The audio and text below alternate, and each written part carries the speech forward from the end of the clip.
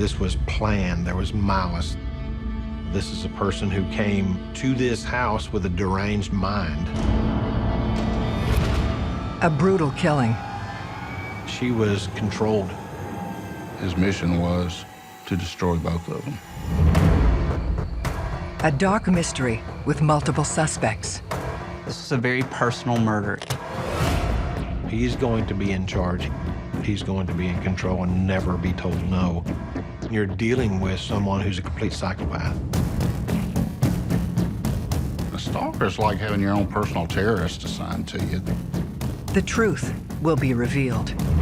It was chilling that someone's out there that can do this kind of thing. Every day in North America, dozens of people are murdered. The key to solving the toughest of these homicides lies in the final 24 hours of the victim's life. To crack the case, detectives must reconstruct that critical timeline. The minutes and hours containing evidence that can help unlock the mystery and catch the killer.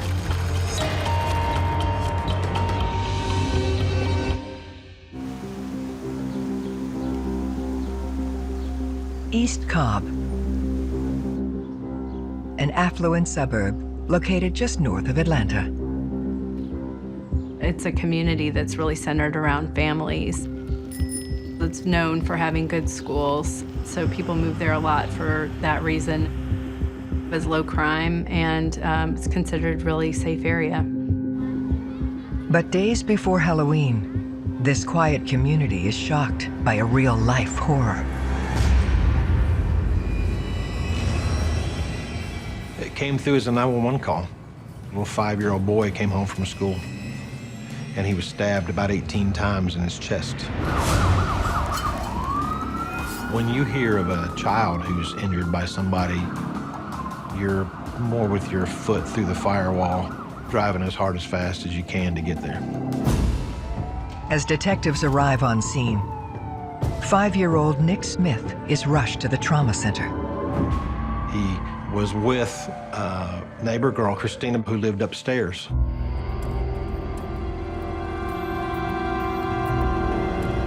She said they saw a shadow pass by the door. Assuming it was his mother, Nick ran into the room where a person grabbed him from behind and began violently stabbing him in the chest. Christina wasn't able to really give us any identifying features. It was such a traumatic event for her, hearing the screams, that she literally ran out of the house. What could this little 5-year-old, 60-pound boy have done to anybody to have deserved to have been stabbed repeatedly in the chest in such a violent situation? Cobb County detectives Randy Harris, John Dawes, and major crimes prosecutor Jesse Evans begin investigating the vicious assault. It was an older residence in an established neighborhood. You walk around the back side of the house, you see this sliding glass door that accesses the basement from the back. Is there a suspect still in the house? What else is going on? Has anybody else been injured?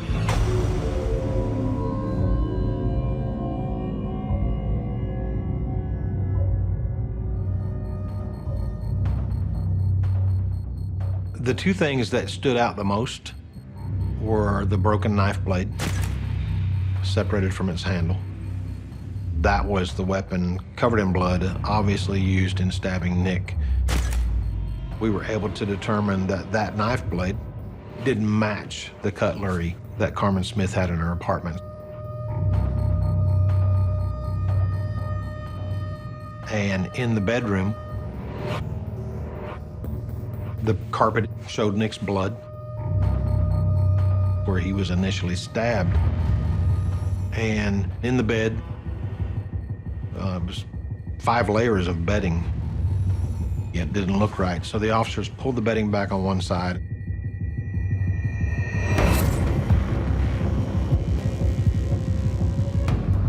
And there lies the lifeless body of Nick's mom, Carmen Smith. It's heart-wrenching. to be involved in a case like this. And there's extra pressure and stress to try to find out who did it. Police must uncover the details of the pair's final day. Establishing a timeline as it relates to the victim and the last hours of that person's life, critical in any investigation. It generally opens the doors for the detectives first to understand the lifestyle of the deceased. And from that, you will draw the information to try to solve the crime. Carmen was a beautiful, young, strawberry blonde. She had a lot of friends and she was outgoing. She's a loving mother. She absolutely devotes her time to her son, Nicholas. She's there for him. She takes care of him. She does everything that she can. Just a good mom.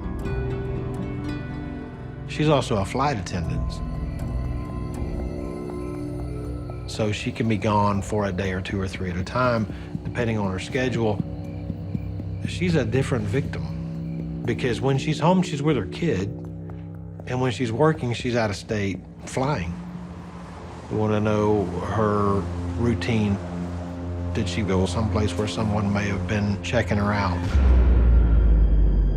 They look to establish Carmen's time of death. Nick got home at about 3 o'clock from school, and the rigor mortis, the lividity, Carmen clearly had been dead for a number of hours. Everything told us that her death had occurred in the morning. That's significant. The assault on Nick didn't happen until much later, hours after she was killed and placed in the bed. The time frame between taking Carmen's life and then assaulting Nick the way he was assaulted was just odd. He intentionally waited on that child to come home because he could have left a long time earlier. So his mission was to destroy both of them. You start by saying, who would want to do this to Carmen? Who would want to do this to Nick? I'll be honest, I just couldn't think of a reason why a 5-year-old would be attacked. Detectives work the crime scene and examine Carmen's injuries for clues to the identity of her attacker. You collect anything and everything that could be evidence, blood or hair or any other forensic evidence, phone records. In that time, it took weeks, months to get the phone records. There were marks on her wrist, bruising, that were parallel lines, very consistent with handcuffs. She had an abrasion to her chin. It was an abrasion consistent with sort of carpet burns, or having been face down as the ligature was pulled tight against her neck. In addition to that, she had 2 small puncture wounds to her back, which would not be lethal, certainly would have been painful. The puncture wounds to her back were consistent with having been caused by an ice pick type instrument. And there was an out-of-place cord, almost like a cord that you would use for pulling some blinds back, that was there on the scene. It didn't match anything in the downstairs of this residence or even upstairs. It may have been the weapon that was used to strangle the life from Carmen Smith. We're talking about really 4 different weapons at a minimum here. You've got the ligature, you've got the knife that was used to stab Nick, you've got an ice pick, and you've got handcuffs that were being used to effectuate this crime as well. The fact that you have more than one instrumentality involved in causing the injuries to Carmen was pretty significant. It's not a crime of opportunity. This was planned. There was intent. There was malice. This is a person who came to this house with a deranged mind and accomplished what he came to do. The scene itself told us that there had been control. She was under the physical control of handcuffs and some kind of torture going on from behind. When you see a form of torture, there's a level of rage in there. So it starts to narrow down. This wasn't someone who broke into the house to steal the vault. It was chilling that someone's out there that can do this kind of thing.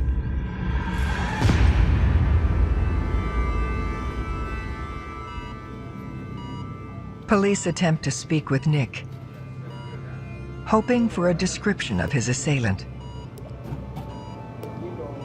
The child was rolled out on the gurney, and I saw a massive amount of blood on his upper torso, and overheard an emergency room trauma doctor asking him what had happened.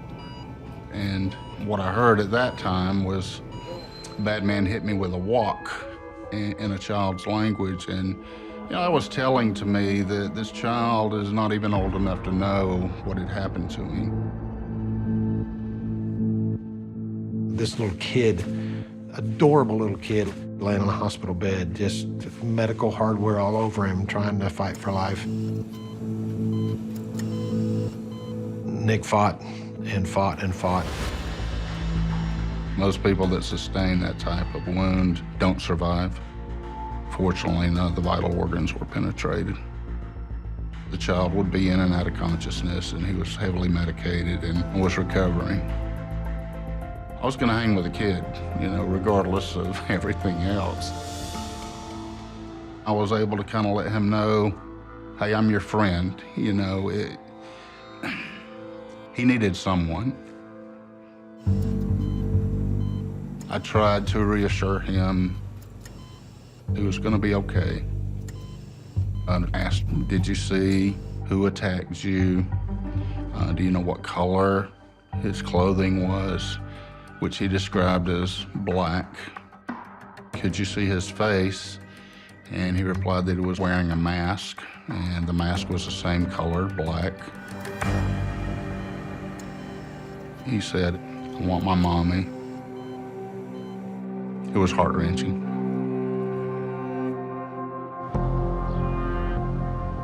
They need to locate Nick's father. Mike Smith was the ex-husband of Carmen. There are always automatic thoughts for a detective. One is Carmen in the victimology, recently divorced. So you begin to look at the ex-husband. You hear there's a divorce. You hear, well, there may be anger, there may be rage. Detectives learn Nick was supposed to be at his dad's house all weekend, until his mom picked him up unexpectedly. Mike kept Nicholas when Carmen was out of town. We learned that a couple of days before Carmen's death, she was working. And she wasn't feeling well and came home a day earlier than her schedule had provided. She wasn't supposed to be home. This means her killer likely knew about her last-minute change in schedule. Mike Smith knew that she came home a day early because he was angry that she interrupted with his visitation. In any divorce situation, especially where there's a minor, the parent who doesn't get as much time suddenly doesn't have their kid to look at and talk to and play with every day of the week. They're upset. It's just a volatile situation. Emotions get out of control, and some people can't control themselves. People knew that there had been frustrations, knew there had been arguments, knew that there had been a lot of problems because of the divorce. But the fact is, he could walk through that door of the hospital, and if he was our violent suspect, then I needed to know that. Detectives identify Mike Smith as a person of interest in the brutal murder of his ex-wife, Carmen. The hospital started telling me that there were visitors being received, family members, friends. In a lot of cases, somebody that means you to do harm will come to the hospital and try to finish what they started. They track Mike down, and after a brief interview at the station, he's brought to the hospital. His emotions are obviously at a high point. The main thing that came to us was studying Mike, backgrounding Mike, sitting down and talking to Mike, looking at his face. He acknowledged accurately the relationship, the cause of the breakdown, and everything that had been going on. Mike tells detectives he spoke to Carmen by phone at 7:30 a.m. that morning, right after Nick left for school. The interview of the last person to speak to the deceased is very important. It starts to narrow down the time of death. You learn from the last person generally the state of mind of the deceased. Mike admits they argued on the phone. Mike Smith was angry that she came home early and grabbed up Nick. Mike was going through a lot of emotional issues. They did have some jealousies going on with dating new people and that sort of thing. The motivator with Mike always comes back to the same thing for me. Do I think that Mike had concerns that Carmen was seeing another man and there was some jealousy there? Yes. Do I think that Mike would have had concern about another man being involved in his son's life? Yes, absolutely. His familiarity with their home is another factor. A large component of the investigation was how somebody got into the house. When police officers respond to the scene, they don't find that there's any forced entry. There's not a door that's been kicked in. There's not a broken window or anything like that. This is clearly somebody that's found their way into this crime scene and done so in a stealthy manner. We learned Mike would oftentimes come to the house and stay with Nick when Carmen was absent due to her work schedule. He knew the house.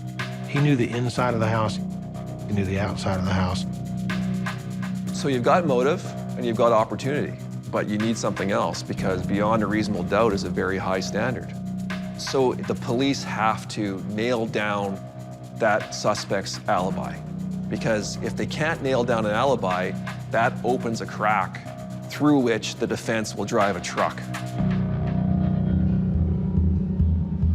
Mike had an alibi with work, but there was still a part of that day when he could have gone over there and committed a crime and left. Alibis are very difficult at times to disprove. Police officers often work on gut feelings.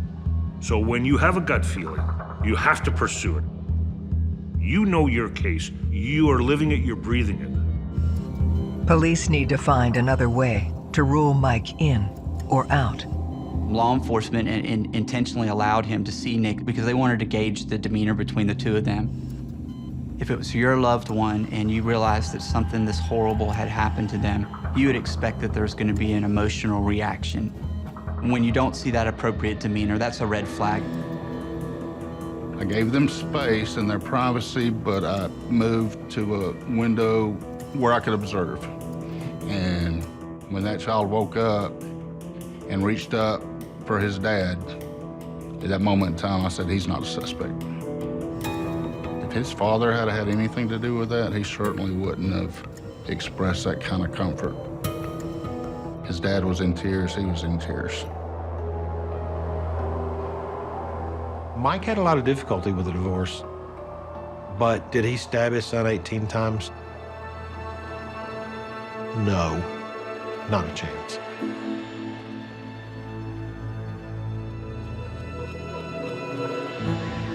Detectives get word that forensic analysis of the crime scene has turned up a new clue. There were short black hairs on her body. So there was obvious personal contact from a person who didn't match Carmen's strawberry blonde hair or little Nick's solid white hair.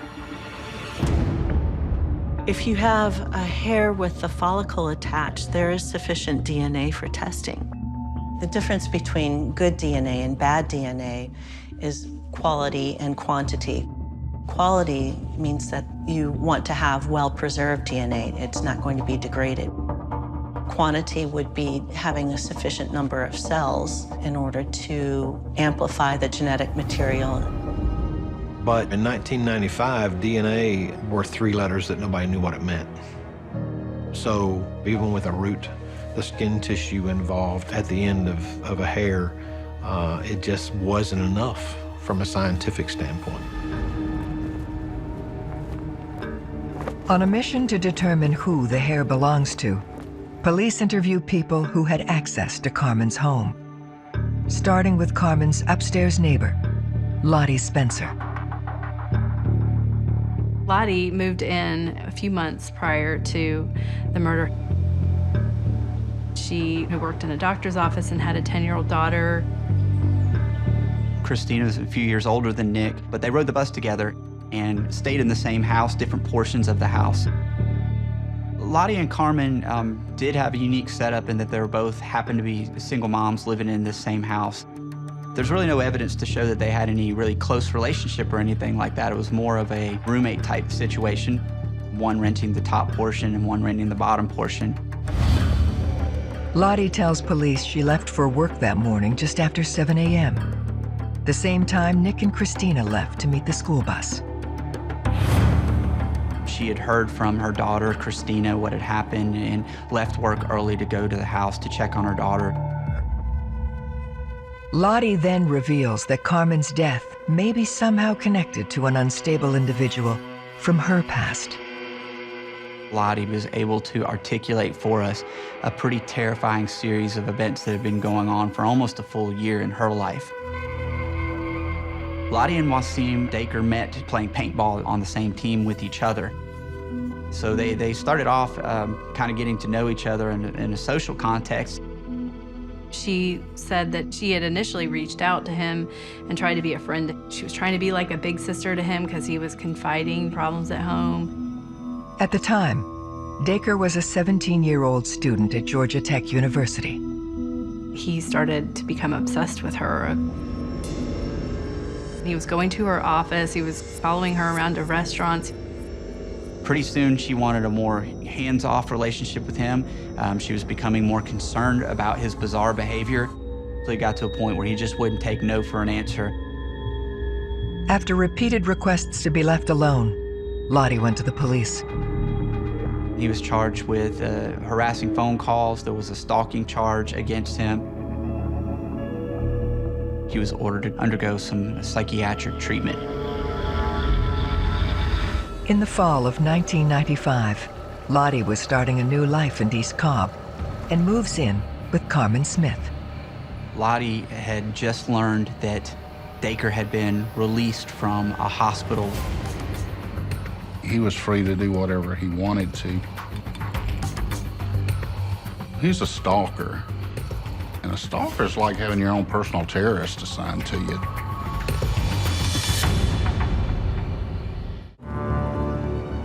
The discovery of a man stalking her upstairs neighbor dramatically shifts the focus of the Carmen Smith murder investigation. Law enforcement focused very quickly on wanting to find out where he was and to talk to him about his situation and talk about what he had been doing. Eventually, police located him at his parents' house.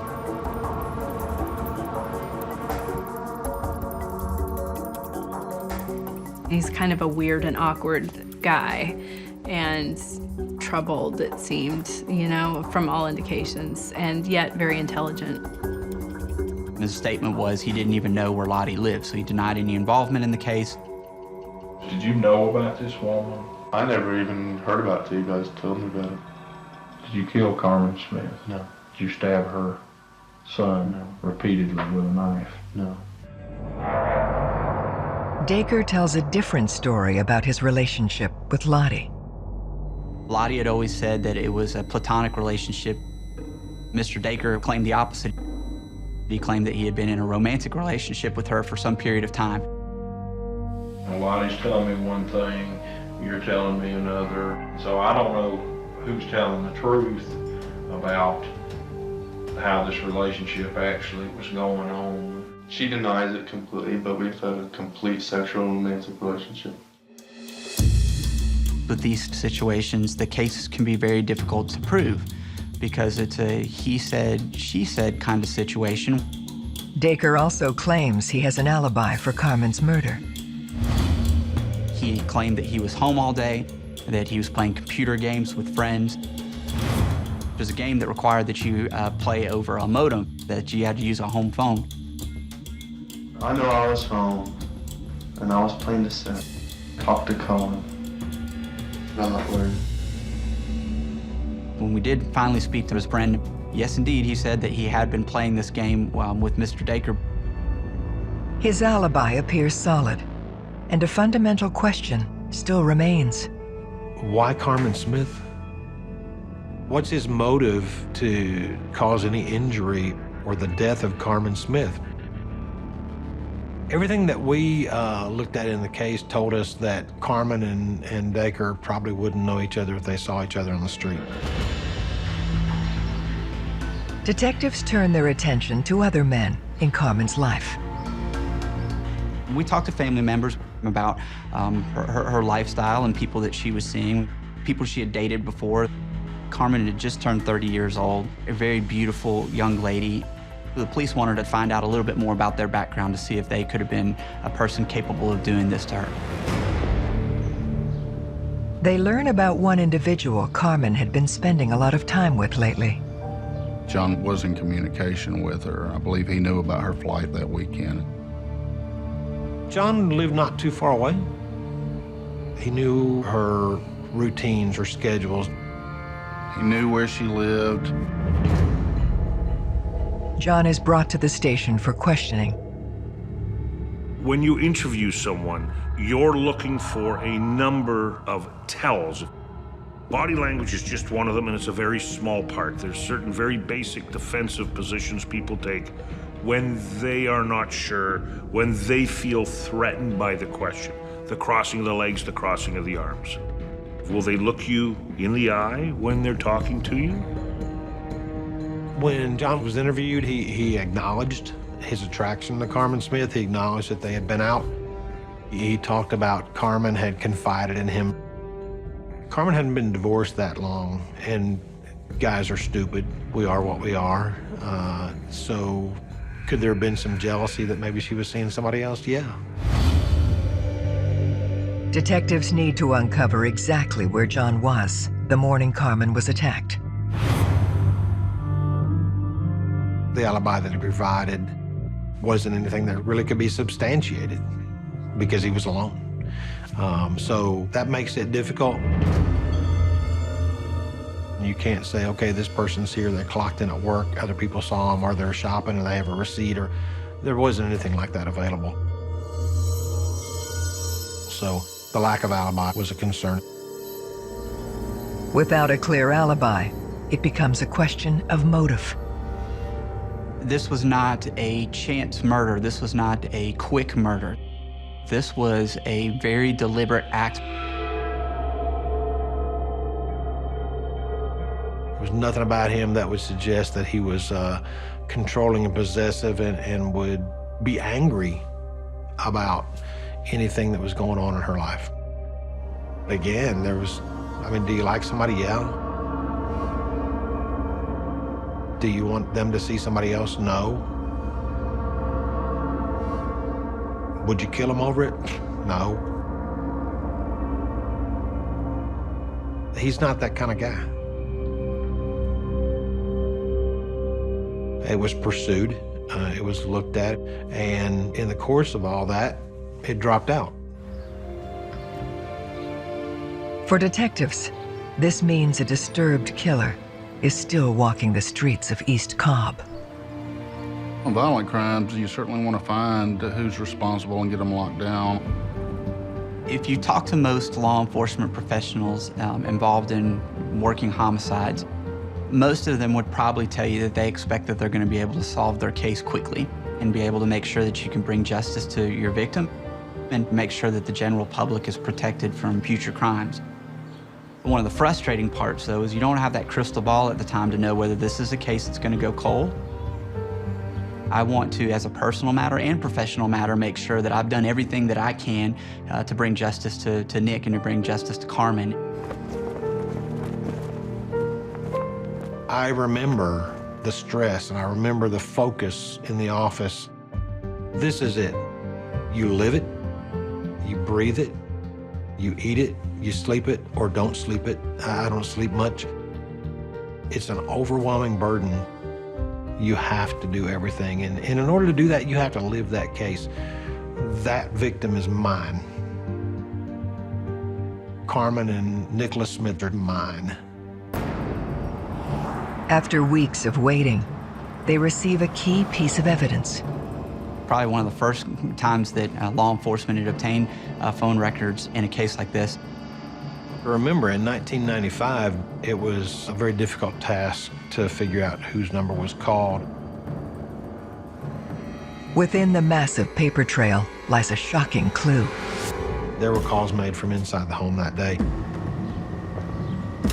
One call was placed from the downstairs portion of the house, Carmen's portion of the house, upstairs to Lottie's portion of the house. And the records clearly showed to us that this call was placed after she had been murdered.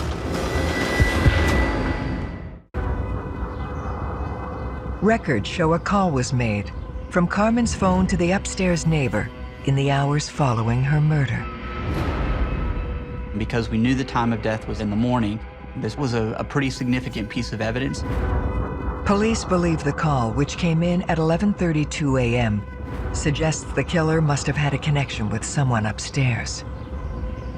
When you're looking at a piece of evidence, your gut leads you often to the right conclusion. All you do is follow the evidence, follow the phone calls. We've got a guy, a documented stalker. We really needed to take another look at this guy, Mr. Daker. No other perpetrator in the world would take the time to not only remain in a crime scene, but to be so obsessed with the person upstairs that they're gonna make that phone call. He already demonstrated that he is incapable of controlling himself in terms of the harassment and intimidation. He had continued to stalk Lottie, continued to contact her against her will.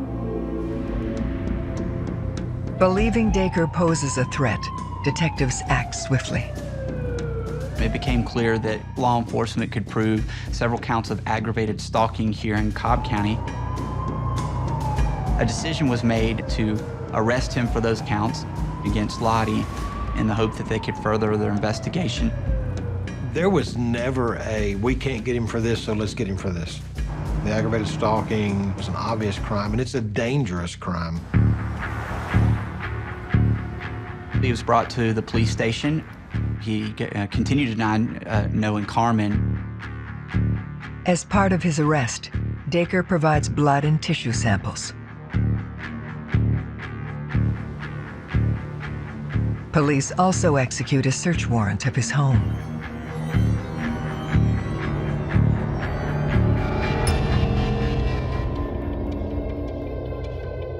You can't crawl inside somebody's mind and see what they were thinking at the time they committed these very horrible acts. But you can sort of get a glimpse of it by understanding what their lifestyle's like and what they were involved in. In his house, there were thousands of images of pornography that were found on a laptop. A lot of the images involved binding up and torturing women, which matched almost identically to the type of crime that we were dealing with.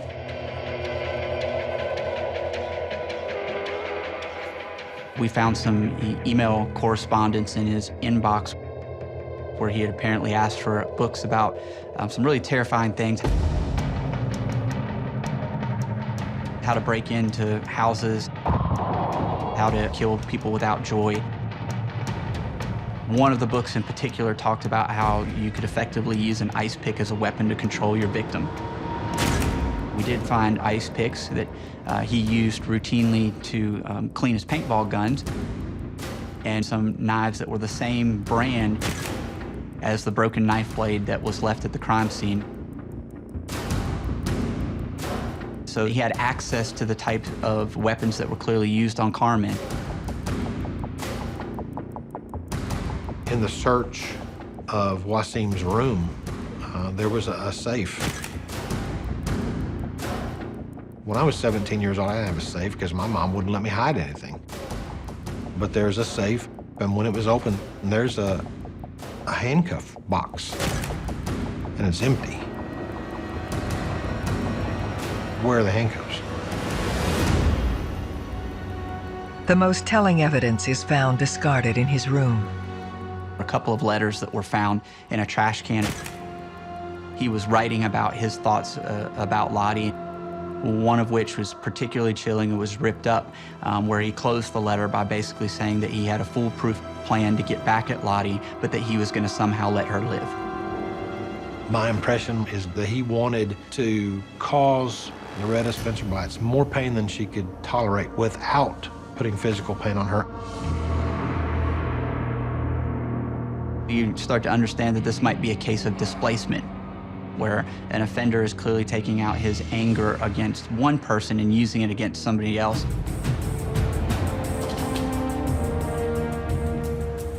On September 19, 1996, Daker is found guilty of stalking Loretta Spencer. He was sentenced to 10 years in prison. The investigation never stopped into the murder of Carmen Smith and the assault on Nicholas. Every step of this case, every piece of evidence, every thought, every circumstance went right back to Wasim Daker. We never quit. These cases are not wasting away in some old file cabinet. These are always fresh on our minds. But in 2005, Wasim Daker is nearing the end of his prison sentence for the aggravated stalking. Make no mistake about it, Mr. Daker is not your average criminal. He is an extremely intelligent individual, and that makes him that much more dangerous. He's not going to be told no by a judge or a doctor or anybody else. He's going to do whatever the hell Wasim Daker wants to do. You certainly want to keep that individual off the street. There's always a sense of urgency, and we're going to bring you to justice.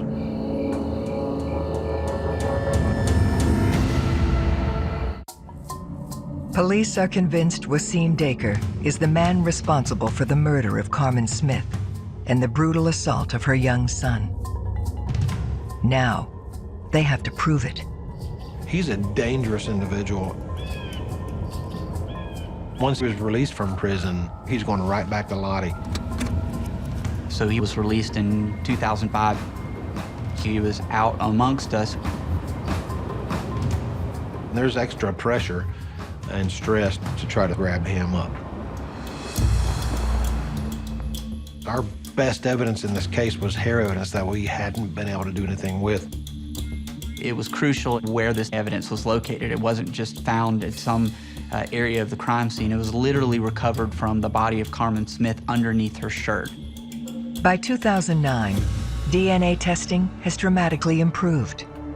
Some of the hair evidence that was preserved on the slides from 1995 had biological material, root. We sent those hairs to a private company in Texas so that they could obtain a profile. Detective John Dawes delivers the sample personally. It was quite a day leaving Atlanta before daylight, maintaining the evidence with me in a hotel room that night, knowing the importance of it and the value of it. And it worked. December 31st of 2009, I got a call from the scientist that it was Wasim Daker. And the percentages that it might have been a duplicate profile of his DNA were so ridiculous. There aren't that many people in the world. Between this evidence and the phone call made from inside the apartment, detectives know Daker's original alibi was manufactured. We have overwhelming circumstantial evidence. Now we have DNA. Let's go. Using the reconstructed timeline, they can now prove he's the killer. He waited until the children got on the school bus. He waited till Lottie went to work. He entered the home at some time in the morning. He knew how to avoid detection.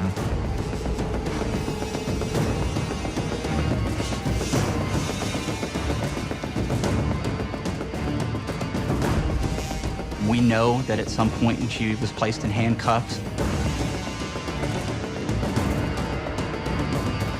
We know that he stabbed her in the back with an ice pick. There were deep ligature marks that were left on her neck, clearly showing that she died of ligature strangulation.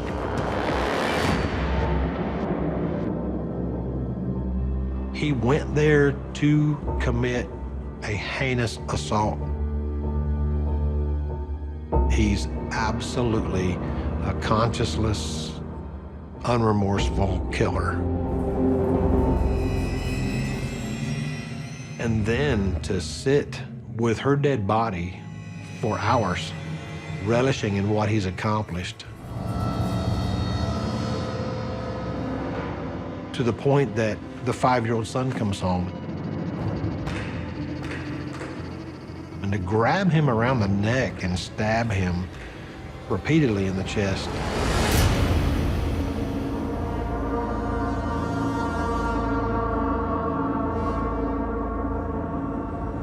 On September 13th, 2012, Wasim Daker, acting as his own lawyer, pleads not guilty. Nick testified that he took his mother from him and that he was always going to have Wasim's rage stamped on his chest, basically, in the form of those stab wounds.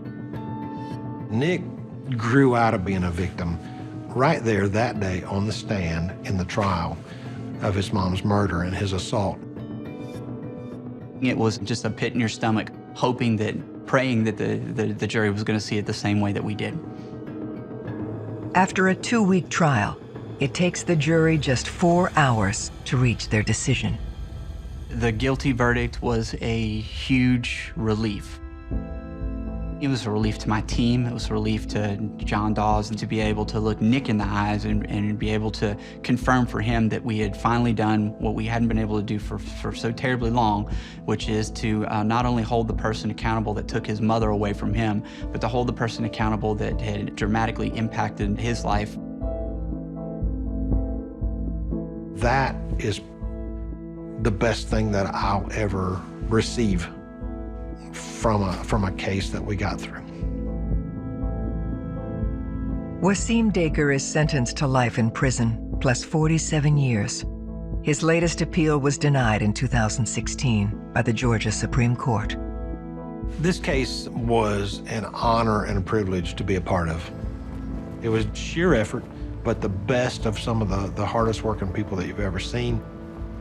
And I believe that's our role as homicide investigators, is to speak for the dead, because, you know, damn it, there's a story to be told. And just because you took somebody's life doesn't mean we're not going to tell it.